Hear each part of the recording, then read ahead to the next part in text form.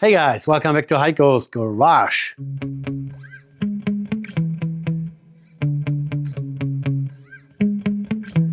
Yeah. I'm working on my BMW Airhead here, R90/6, and I thought this might be of some interest for some of you guys. Working on installing some aftermarket stuff that most people probably will say, oh, don't put that on a vintage bike. So what I'm talking about is I'm installing a Android Auto or CarPlay screen that will Bluetooth or let's say wirelessly connect to your phone and then give you navigation capabilities and also, we'll give you notifications when you get a phone call, that kind of stuff. And it's pretty cheap little Chinese-made screen that I have here, and I want to wire this into a vintage motorcycle. And as you guys probably all know, that vintage motorcycles, this one here is 1974. They usually don't really have a really strong, robust electrical system, and they are not able to really support many accessories. So if you look at a modern motorcycle, you have heated grips and heated seats and ABS and traction control and outlets everywhere and USB chargers already all pre-built in, and a lot of motorcycles have electronic screens and navigation and you name it. But if you are into vintage motorcycles and you actually want to go on tour with those, a couple creature comforts would be really nice. That's why I came across this little screen here. I have a mount on my handlebar for my phone, but phone vibration and also rain and bugs and all that right here on my naked bike handlebar is not super great. So when it starts pouring down the open USB port and the bugs stuck to the case, it's just not great. And so I would like to have my phone in my pocket rather than on my handlebar, unless I am actively charging it. So I guess I will leave this mount on here, but I will show you what I'm planning on doing now, and then I will explain what this whole video is about. All right, let's get to it. All right, guys, so here we go. I've gotten my multimeter out. I've taken my headlight out, and you can see here on this 1974 bike, there is quite a bit of some electrical stuff going on in the headlight bucket. That's pretty much where the entire junction box is, so to speak. And the thing that I want to install, physically it's already on the bike, is this massive screen here. This is the smallest CarPlay / Android Auto screen that I could find. This one was 44 bucks off of AliExpress. And surprisingly, I've hooked it up to 12 volt power supply to see if it works. It connects really easily to my phone. I'll show you later what that looks like. It comes with mounting hardware, and it uses the kind of the standard RAM mount. Here you can see the mounting hardware. So I just clamped it on my handlebar over here, and then it connects to a ball on the back of the screen. And that's pretty nifty. What I'm working on is the electrical connection to the bike. And of course I could just run, it has a pretty long power cord on the back. Here, let's make it a little brighter for you guys. A little brighter. So it has a pretty long cord and hook it straight up to the battery, but this thing doesn't have an on-off switch. So you have to find a ignition switched power source. And if you look into the headlight bucket where that junction or let's call it circuit board is, where everything comes together here in this bike, there are actually empty slots for accessories, because back in the days, there were already a few accessories, like you could have a clock and you could have a voltmeter, and then they were also equipping bikes for police use and would hook up radios and whatnot. Of course, they would potentially run a different alternator. This one here is a 280 watt alternator stock, no aftermarket, nothing. It's a 280 watt alternator, which is already a little bit more powerful than other Airhead models that came before it. But yeah, theoretically, this bike is able to accept a few little accessories. Let's look at a wiring diagram real quick. All right, guys, so this is a wiring diagram for a 1973 through 1974/6. And if you really look at this for a little while, you will identify a lot of things. It will eventually click and you will make sense out of all this confusion here. Here in the middle, this gray thing is the connector block that we just looked at in my headlight bucket. This is where all the electrical connections are made for all the different functions, for the starter, for the blinker, for the headlights, for the brake lights, for your ignition key. And looking at the ignition switch, which is right up here, you see that it has a few different functions. So initially when you click it on, you only turn the parking light on, and then the next position is where you actually power everything up so that your ignition is live and that your starter switch can energize the starter solenoid and all that. And this is all done here in very simple terms. All the wiring on this R90 here is on here. Mine is a little different because I have a wiring harness in this bike from a later model, but in principle it's the same. The later model wiring harness adds a few relays, which this doesn't have. For example, there is a headlight relay, and I think that is pretty much the main difference. The later model, the 1975 here to 76, also has a couple more switches on the handlebar. But overall, it is the same concept, the same thing. Yeah, let's make sure you can see everything, and then I'm going to try to ramble my way through it. On this connector block in my headlight bucket are only two locations where a fuse is used. One's here and one's here. It's always a good idea to have a fuse or a circuit breaker for every circuit in a motorcycle. And you know, in vintage motorcycles, they didn't have much. They have blinkers and a headlight and a tail light, and that's it. There's no USB charger, there's no outlet, no navigation, no traction control, no nothing. So they didn't really need much to make this all safe. Nowadays, also a lot of cars, for that matter, they have a fusible link right on the battery, which is rated roughly to the amperage draw of your starter motor. So that if your starter draws too much current, the fusible link burns out and then your car is pretty much disconnected from the battery. And that's really only done to protect the circuitry. The wiring in here is always built in a certain size. So here in this case, this is all expressed in millimeters squared, which is a metric way of expressing wire size. So 2.5 millimeters squared is the wire size of this big red wire that goes onto this connection block here, which pretty much comes from the battery. So if we would just follow the battery, here's the battery, here's the positive, this is black, goes over to the starter motor, but there it is joined together with another red cable or wire that also goes over to a connector on the diode board, which also connects to another red cable or wire, which there also is connected to another one, and that runs up here to the connector block finally.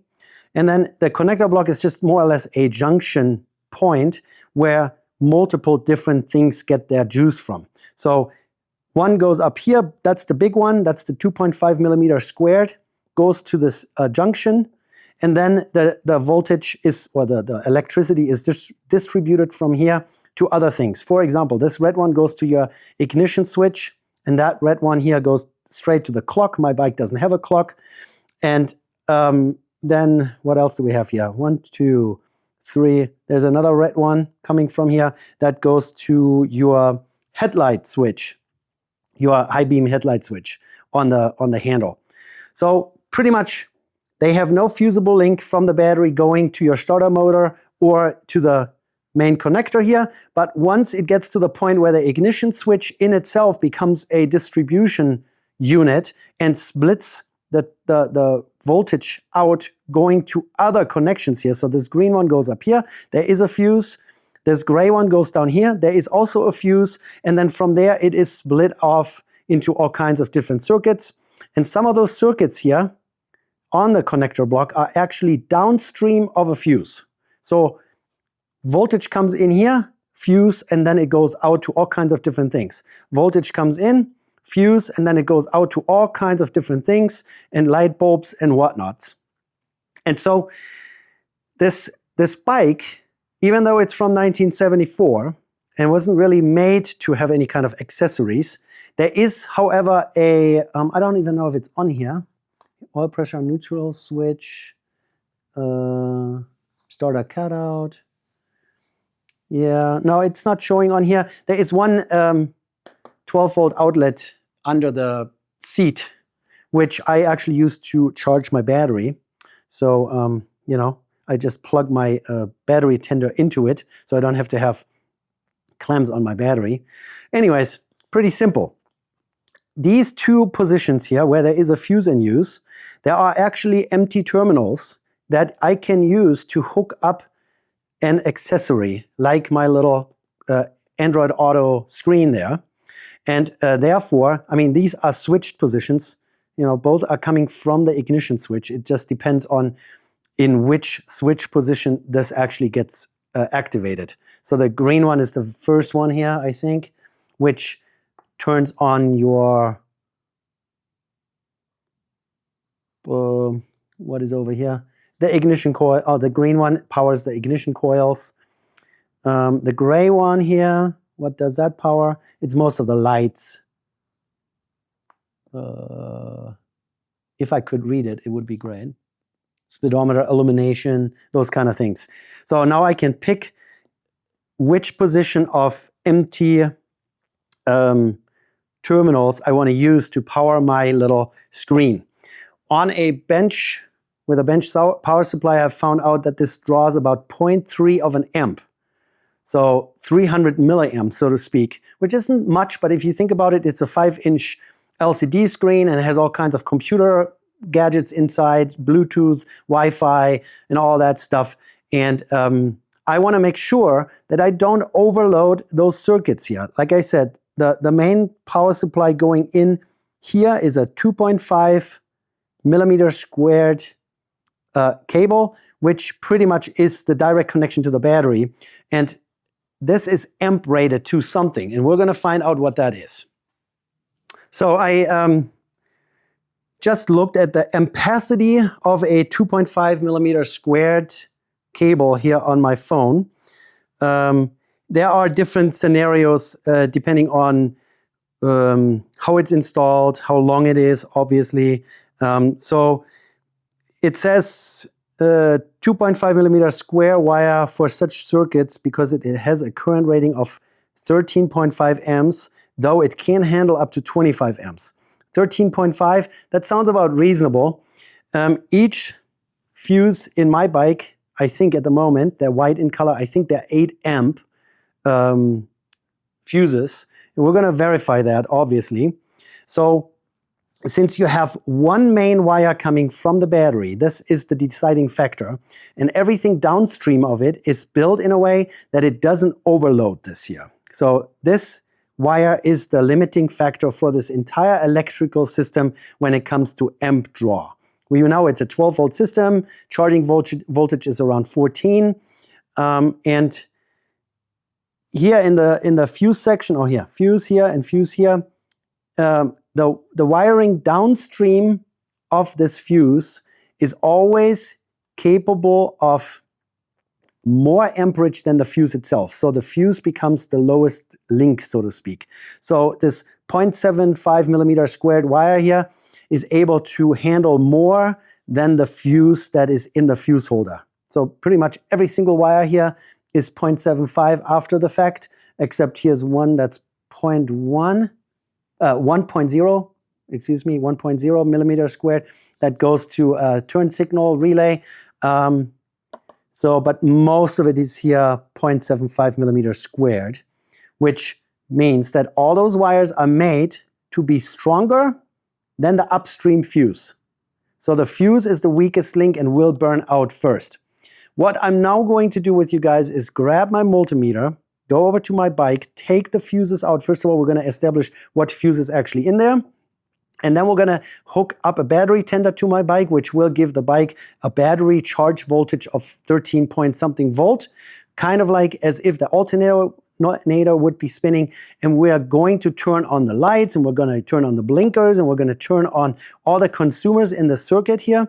And we're going to find out what the actual amperage draw is that goes over those fuses. So take the fuse out, replace the fuse with a multimeter, find out what the amperage draw is. Of course, there is going to be a little bit a skewed result because we don't have the whole electrical system running. The ignition coils are not really doing their thing, you know. So we'll see what happens. We'll measure what goes across those fuses here. We'll see if they are actually rated correctly or if they're way too large. And we're going to find out if the amperage draw over this fuse is higher or over this one. And then wherever the amperage draw is lower in running conditions with everything on, that's the place where we're going to add the little screen with 0.3 of an amp of additional draw. And we're actually going to see if this can handle another 0.3 of an amp or if that might be too much. Okay, let's do it. I know there are other ways of doing this. I could run a switched 12 volt to a relay, turn on a relay, and then have a power supply straight from the battery run to my accessory. That might be a way of doing things. But this bike has open empty terminals, and we're going to check if the amp draw is, you know, reasonable here on those positions, and we're going to find out if we can add a little bit more load to it. Most of my light bulbs, for example, here my instrument panel, these are all LED in my case. My brake light, my blinkers, my headlight is all LED, so the amperage draw has already been lowered somewhat. And we're going to find out if we can add a little bit more draw to this whole thing. All right, so here we go. I have my battery tender plugged in. You can maybe see that little light illuminated back here. That's hooked into my battery. So right now my battery should be getting a charge voltage of, you know, somewhere below 14 volts roughly. Let's verify this here real quick. Let me get my multimeter probes. I also just realized, since I took my headlight out, we don't have actual headlight connected to it. So let's see what we can deduce here from, let's see if I can prop this up so you guys can see without dropping my multimeter on the pavement here. Is that visible? Yeah. So down here in color brown is where ground is. Let's see if we can get a reading here. So I'm going directly to the ground on my my connector block here, and we're going to go to a positive. So we have 13.25 volts here on the connector block. That's good. That's representative of the voltage that the system will have. So now I have just realized that I don't have a light bulb on there, but we can fix that. I'm going to find us a light bulb right now. So here is a LED light bulb that I have lying around, which fits this fitting here. So we're going to put this down here somewhere, point it so it doesn't shine right into the camera. And now I'm going to try to also find us another little light bulb for the parking light. Let's see if I can maybe. So now we're going to make this work somehow.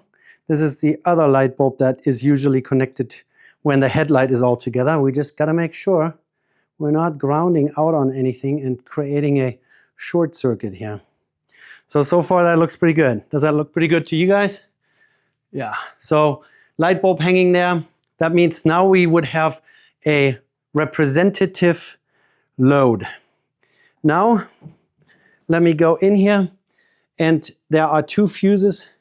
Let me make you so that you guys can see this. So, all illuminated. There are two fuses in here. I'm going to try to get them out without electrocuting myself. Let's grab my needle nose pliers.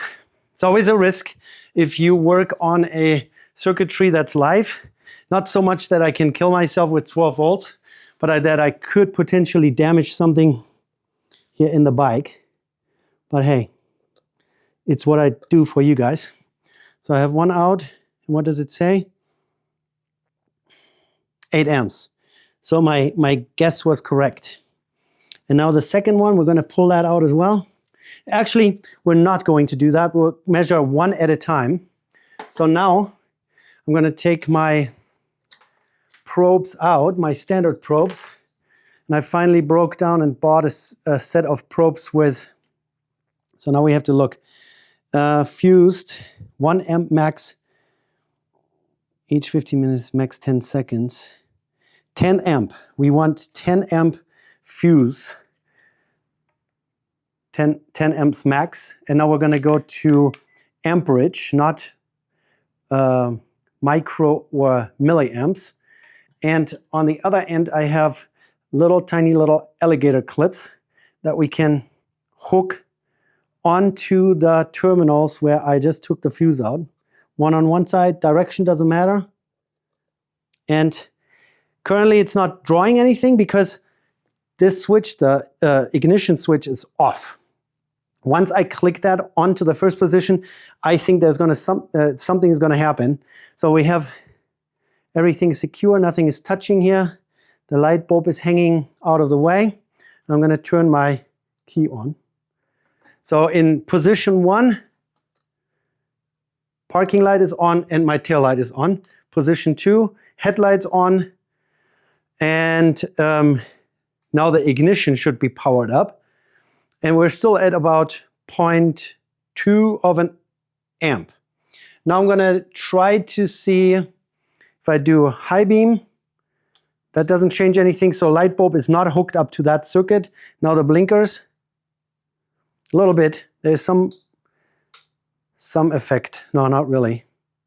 So this circuit doesn't really have much in terms of amperage draw on it. And if I look at my diagram here one more time to find out, this is number 58.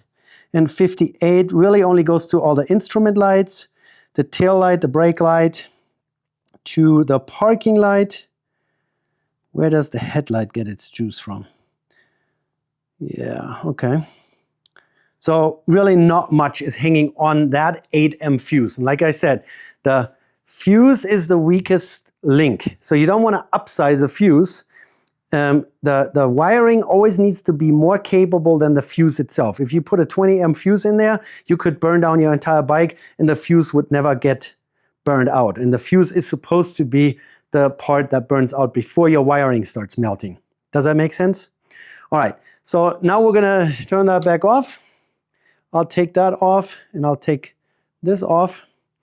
And now we're gonna plop the 8 amp fuse from above out of its position if I can. I just don't wanna cause a spark here, like that. So now we're gonna hook up my multimeter to the upper fuse holder. Again, 1 clamp per terminal. And then we're gonna see what the amp draw on that one is. Right now, 0, as you guys can see. Now I'm gonna turn the key to position 1. Nothing. So we have the parking light on and my tail light is on, and that's pretty much it. And then now the headlight comes on and we have 0.34 amps draw. Now I'm gonna turn on high beam. That doesn't really do much at all. Blinkers, 2 point, oh, that bumped up. Oh yeah, that's quite a bit. 3, 5. It's not a steady draw, that's why it's jumping around. But we can definitely see that there is a little bit more amp draw on it. I would also like to start up my bike, so I'm gonna open my garage a little bit. Outside we have a storm going on. We're gonna start up the bike and see if we can get it to idle.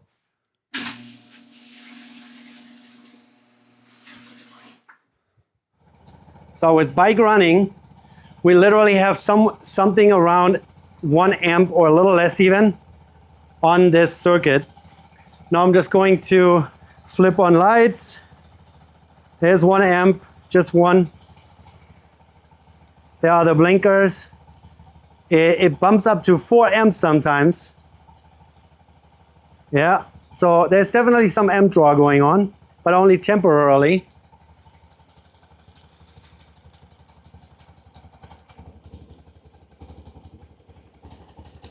Uh-oh.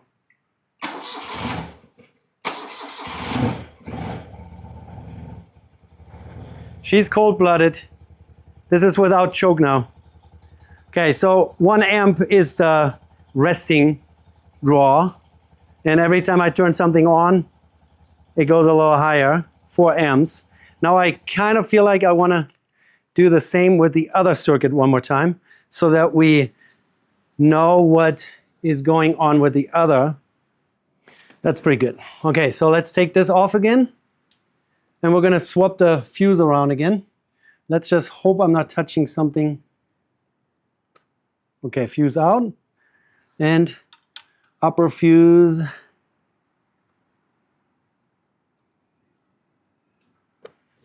Back in.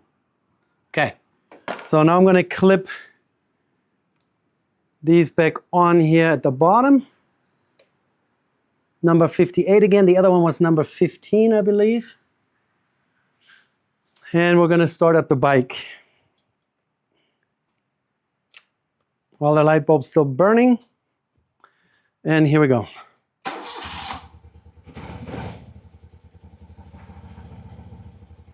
Okay, what's the amperage draw? So with engine running, I don't know if you guys can read that there down in the corner. It's 0.17 amps. So there's really not much on that circuit at all.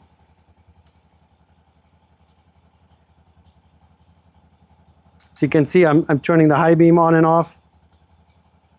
And the parking light is on. So this is pretty much the max draw on that lower circuit number 58. And there are on that side a couple empty terminals. That's on the downstream side of the fuse, which I can use to hook this accessory onto.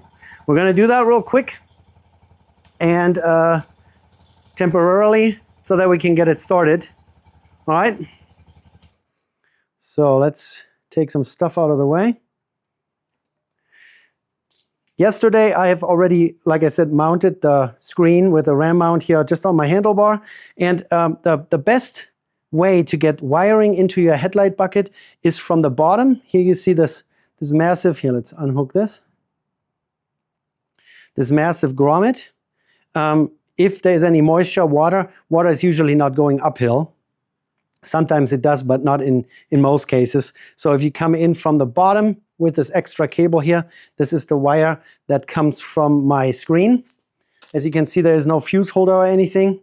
I'm just going to find a couple terminals, and then we're going to find one empty terminal for ground, which is down there, the brown color stuff, and then one up here in line with my number 58 fuse. All right, let's do that. So here we go. This is only going to be temporary because I'm going to shorten this, obviously. But I want to see if this all works. So here's my Vicon, made in Germany, automatic wire stripper. Also has a wire cutter here at the bottom. I don't know if you've ever seen one of those. Very common. Most electricians in Germany have one of those because it is absolutely not discriminating against wire gauge size. It has those V-shaped cutters there in the front, and it just cuts whatever, or takes the insulation of whatever wire you stick in there. So wife is home. Dogs are going crazy. So here's the crimper. Let's see if we can get a decent crimp on that. Okay. So now we're just going to, I mean, it even says ACC and ground negative in case you have any questions about it. And now I'm going to, here at the very bottom, let's zoom in on that for you guys.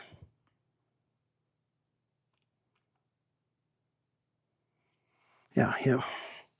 So at the very bottom, brown, that's where all the grounds come together, where there is actually a big bundle of ground cables coming from the main wiring harness going there. That's also a 2.5 millimeter squared cable, so it has the same amp carrying characteristics as the positive. And as you just saw, we don't really have all that much amp draw going on, at least on the circuit that I'm adding this to. And now up here, you see number 58 where the fuse is still missing. There are a couple empty terminals, and I'm just gonna pick one, and I hope I can slide this on here. These plastic crimped terminals, they are a little thick. So we'll see. Can we put this on there? I might have to. Wife just came home. Kids are being elephants upstairs.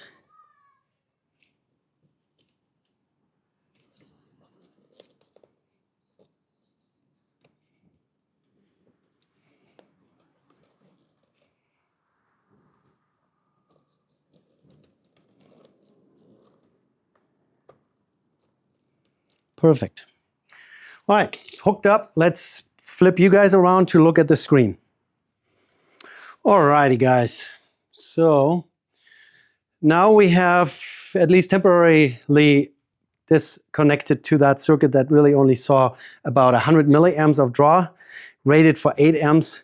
So I think we're pretty good. Now we're going to see at which key position this actually turns on. Oh, like immediately in parking position. That's kind of very unfortunate because the first key position is really like a parking position. If you're parked on the side of the road and you don't want to have your ignition on, but you still want to have your headlight and your taillight illuminated so people don't crash into you, I guess this is going to come on with it. But it adds about 300 milliamps of draw. And so now I wanted to show you real quick here. Let's see if I can do this. So once this device turns on, this is just the screen of my phone, right? You need to give it a few seconds to think about it, boot up, whatnot, and then you just click on, this is an Android phone, so I have to use Android Auto. It also has the CarPlay functionality, and then it activates an app in your phone, and now I can take my phone and put it in my pocket. I have location turned off. So that's bedtime. Let's turn location on. And suddenly we have YouTube music, and I have a map here. And this is actually touchscreen. I think it should be. It is. It doesn't do pinch zoom. It's only touch. So here's where I roam, Nevada, California. It has, let's see, a list of apps that are compatible with Android Auto. So it doesn't let you watch Netflix. It doesn't let you watch YouTube while you're riding. It's really only phone calls and navigation and music. So there is YouTube Music. And then the cool thing is that this device, it's connected to my phone via Bluetooth, but most modern Bluetooth systems allow you to connect multiple Bluetooth devices to one phone. You can still, even though this is taking up one of those slots, you can still have your Bluetooth communicator on your helmet connected to your phone and still listen to your music. You get all the navigation notifications via your Bluetooth headphones. And yeah, so this is pretty much what this does. I don't really know my way around this thing yet. I wonder if there is maybe, oh, no notifications. Okay, that's great.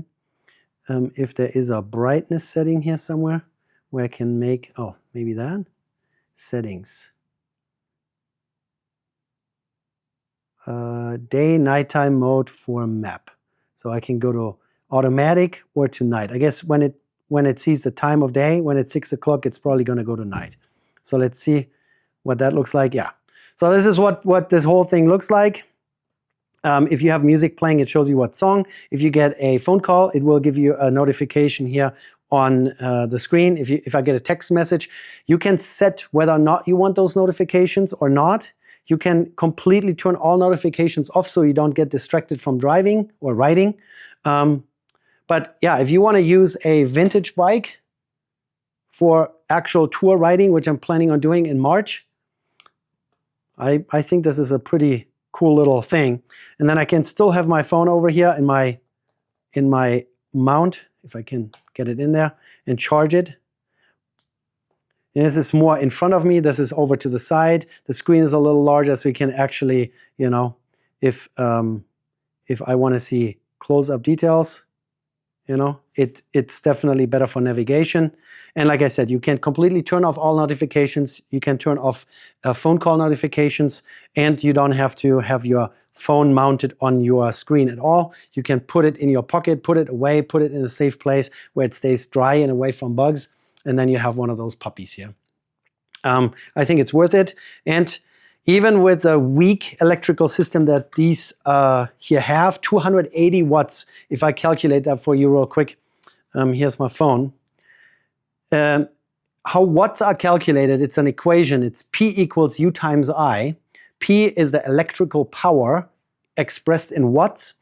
And here's the calculator. And U is the voltage and I is the amperage. So P equals U times I. And we want to know what the amperage is that 280 watts allow us to draw. So it's U equals P divided by U. Amperage equals wattage divided by voltage. So if we have 280 watts available and we divide this by, let's say, 12 volts, we have 23 amps that we can draw from our alternator. This is of course divided up by charging the battery and by powering all our lights, our blinkers, our ignition system. Mine has an electronic ignition system in here. It doesn't have a fuel pump, obviously. Also, the starter motor to start up the engine isn't run over the fuse in my headlight bucket. But yeah, overall 23 amps we can draw. If I would say 13.5 volts, which is more realistic when the engine is running, divide that by 13.5 volts. So we can draw about 20 amps, where we have 20 amps available for charging battery and running everything. And since this only uses 0.3 of an amp, I had this sitting on my desk hooked up to a constant voltage power supply. It draws about 300 milliamps. So this is what it is. And this is what it can do. So I could now drive home or listen to music. You know, you can go to your playlist and whatnot, pick your songs, and then just have it rattle on. It can also do all the other things like WhatsApp, Teams. You can listen to audiobooks. If you have a Spotify account, you can put the Spotify app on here. So it's customizable, you know. Oh yeah, the customization happens on your phone. It just opened this for me. So I can pick which app I want to show on the screen. And that's pretty much it. So that's pretty much the whole story here. I just wanted to show you that you can actually figure out how much amperage draw goes across a fuse in your vintage motorcycle, and then also check if the fuse in there is maybe way oversized. I mean, on that circuit where we just connected our little screen to, 8 amps is a lot.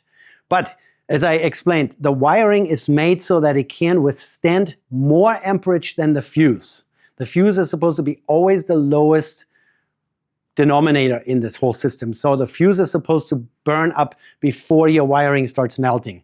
Yeah. So if you have a short circuit in one of your devices, your accessories, the fuse is supposed to give in first. And this is how they designed this whole circuitry. And as you saw, one circuitry was more taking about the headlights and the blinkers and all that stuff. And when I would turn on the blinkers, it would actually bump up to like 4 to 5 amps temporarily, briefly. But this other one, there's really only a couple LED light bulbs here in my dash, my parking light bulb, and my tail light bulb, which are all LED. And we barely have any draw on there. So even on this vintage of a bike, with the entire electrical system stuffed into my headlight bucket, you can still add a little accessory or two. So this thing here would be fine. I also have a USB charger here that probably draws another ½ amp if my phone is plugged in. We could have tested that. I completely spaced it, but this is actually directly connected to my battery, so it wouldn't really show up here in the headlight bucket. And that's pretty much it. That's what I wanted to show you guys. Yeah, don't be hesitant to learn new things. I'm not an electrician, but you can educate yourself online and figure these things out. All right, guys, thanks for watching. I'll see you in the next one. Bye. So here's another last look. I tugged the wires all into the headlight bucket, shortened them up. Here's the cable coming out, runs around the corner here. In the darkness, see that red connector? It's a waterproof connector that you can actually unhook the device from your bike and take it off if you need to. And yeah, now our, oh, I just noticed my parking light is now not working. Great. I guess I will have to open it up one more time. But when I turn the key, the device comes on. And that was the whole, I don't know why it does this weird video there in the beginning. I wish I could turn this off. Maybe I can somehow. We'll see. The startup screen is kind of, you know, pointless. All right, that's it. It's all back together with this much of the wiring removed. Very good, very good. Like it. We're getting ready.